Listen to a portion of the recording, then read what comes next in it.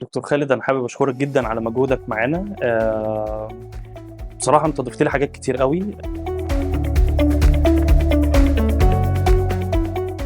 اتعلّمت معنى الproject manager صح، مش زي ما كنا فاهمين.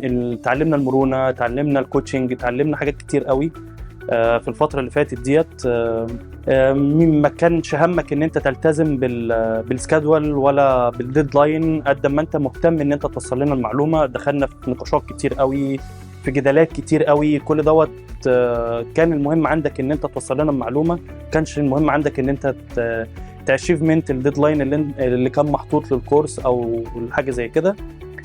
حقيقي اتضاف لي حاجات كتير أوي، اتعلّمت مفاهيم كتير أوي، صحّحت مفاهيم كتير أوي، تفتّحت الأفكار وحاجات ممكن أكون كنت في وقت من الأوقات حاططها ثوابت عندي ما ينفعش تتغيّر. حقيقي شكرًا جدًا دكتور خالد على مجهودك معانا الفترة اللي فاتت.